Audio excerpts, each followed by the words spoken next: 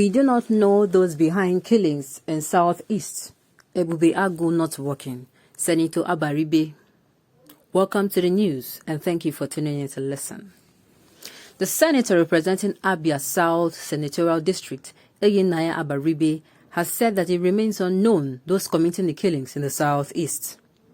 The lawmaker who was reacting to the recent killing of Dr. Chike Akunyili, husband to late Dora Akunyili, a former director general of the National Agency for Food and Drug Administration and Control, NAFDAC, also called on security agencies to carry out serious investigation into what is happening in the region and stop pointing accusing fingers to groups and individuals. The Abia-born lawmaker further suggested that some persons may be of the feeling that they should turn Anambra State into a theater of murder, assassinations, in order to create the impression that the state is unsafe for voters to come out to cast their vote during the forthcoming governorship election. Abaribe spoke to journalists immediately after a human rights lecture organized by the Human Rights Writers Association of Nigeria, HURIWA, with the theme Nigerian School Children, Insecurity and Human Rights, held in Abuja. Let us say that what is going on in the Southeast is something that we cannot just comprehend properly, Senator Abaribe said. People in the Southeast have never been violent, and we are not murderers, and part of the confusion is that we do not know who is committing these crimes. We know that there is an election coming, I think, in 35 days, and the feeling is that they should turn the state into a theater of murder. Assassinations may be to create the impression that it is so unsafe that nobody should come out to vote.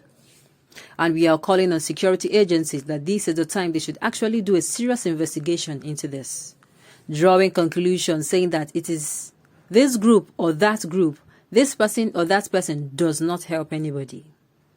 That is why in the motion that was brought by Senator Ekunife today, she also urged the governors of the Southeast and security heads to put together and find out why this is happening. We are also calling on the public. Please, if you have any information, let the security agencies know. We just cannot continue like this. We suffered the devastation of a civil war, then we built up ourselves. We cannot afford to have a self-inflicted devastation again where nobody comes to the Southeast anymore because of fear. We have never killed anyone because of election. We are not saying this type of intelligence gathering that we saw in those days that the police and other agencies used to get to the bottom of issues. But I do not believe that it is so. I have absolute faith in the DSS and police to get to the root of everything that is happening, and I urge them to go ahead and let us know why these things are happening, he said. Speaking on Ibubagu, a regional security outfit said to have been set up by governors in the region, Abaribe added, the governors told us they have set up an outfit that will help complement what the police and other security outfits are doing. But we haven't seen any practical demonstration of that thing they have set up. Most people in the Southeast are wondering why you will mention Ibubagu and all these killings are going out in the Southeast, and we have not heard that they have heard or brought someone to book or handed them over to the police. Mr. Abaribe, you need to have a glance at this piece. Some greedy and selfish set of people in the north who are not happy with the previous government created the insecurity in the north to achieve their goals. Now they achieve the goal but find it extremely difficult to stop the evil. Now the same strategy is trying to play out in the Southeast region. The monsters created by the politicians in this country is now killing both the common and the elites alike. When will you evil and a greedy set of politicians allow us to live?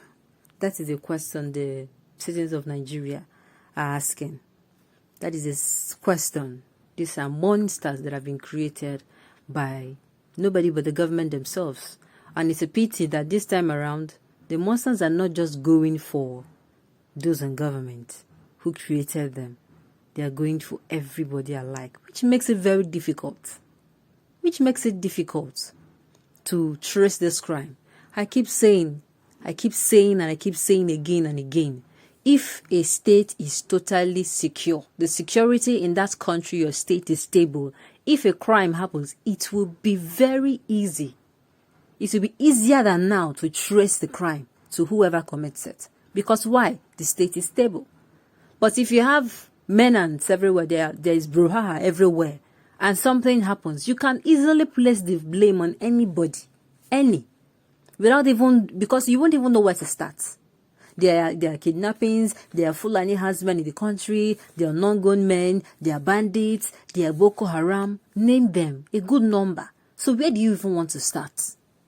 But if the state or the country has a very, very stable security, and I tell you, all this crime will not even see the light of day. Why?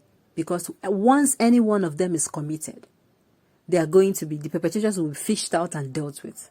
But in a state where there's so much chaos, it is going to be very difficult for you to even find the committers of this crime, for you to find those involved. And I keep saying it, no matter how long we continue to point our fingers at people who you think are, without evidence that they are truly the ones that committed the crime. Without evidence, there is nothing that can be done. There is nothing that can be done at all. Nothing can be done about it.